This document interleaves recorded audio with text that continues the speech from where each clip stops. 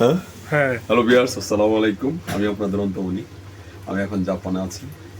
তো এই যে হচ্ছে রাইস, ইকবাল ভাই আসছে আমাদের স্পেশালি মেহমান, অনেক অবাক করছে আমাকে। এটা রান্না হয়েছে আপনার নারিকেলের দুধ দিয়ে রান্না করা হয়েছে রোস্টের মতো করে, একদম চিকেন, হালাল চিকেন। আর এটা হচ্ছে সরিষা ইলিশ, একদম একদম একদম একবার টকবক করতেছে।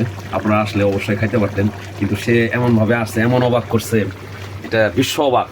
এটা আমি জীবনে কল্পনা করিনি, কখনো কল্পনা করিনি যে ইকবাল ভাই আমার কাছে এই মুহূর্তে আসবে। এটা আনবিলিভেবল।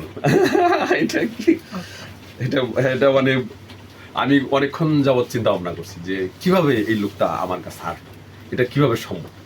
আর জাপানের এত এত দূরে, আর এত জায়গা, এত মানে টোকিও তো একটা বলে কথা, টোকিও থেকে তো আমি অনেক দূরে।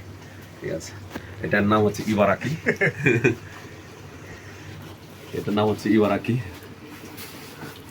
ঠিক আছে, ওকে হ্যাঁ, ওকে।